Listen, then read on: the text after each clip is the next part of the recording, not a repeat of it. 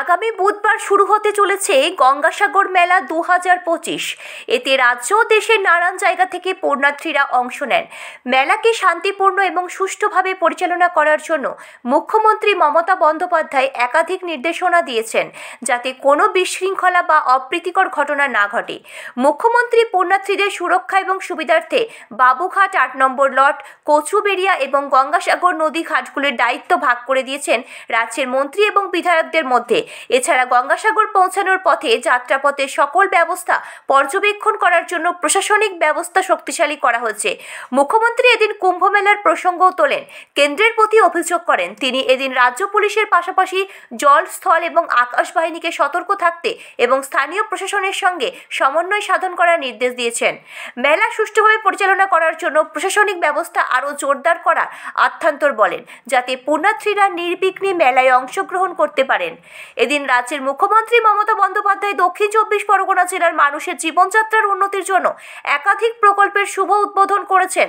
মোট 30টি প্রকল্পের আনুমানিক আর্থিক মূল্য 153 কোটি টাকা এবং 19টি প্রকল্পের মূল্য 61 কোটি টাকা।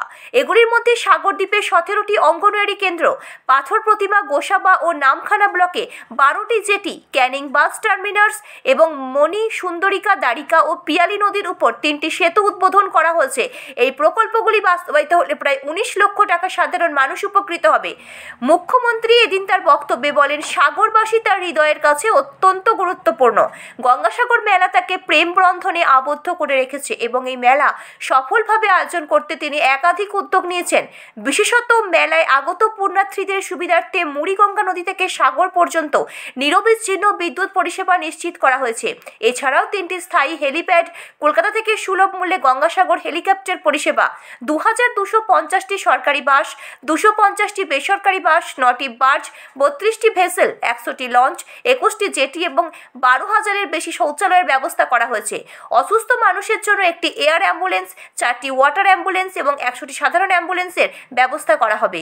এছাড়া এই বছরের গঙ্গাসাগরের মেলাকে ইকো ফ্রেন্ডলি এবং গ্রিন মেলা হিসেবে রূপান্তরিত করার উদ্যোগ নেওয়া হয়েছে। পুণ্যার্থীদের পুজোর সামগ্রী দেওয়া হবে বায়োডিগ্রেডেবল ক্যারি ব্যাগে, যা পরিবেশের প্রতি দায়বদ্ধতার একটি গুরুত্বপূর্ণ পদক্ষেপ।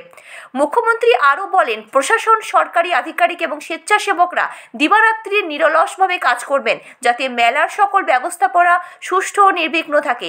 তিনি সকল পুণ্যার্থীদের কাছে শান্তি ও আনন্দের প্রার্থনা জানান এবং গঙ্গাসাগর মেলাকে সবার জন্য একটি শুভ এবং নিরাপদ অভিজ্ঞতার করা আশা ব্যক্ত করেন।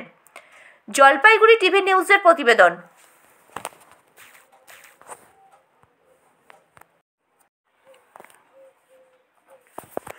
হুগলি থেকে আশিস কুমার ঘোষের রিপোর্ট, জলপাইগুড়ি টিভি নিউজ।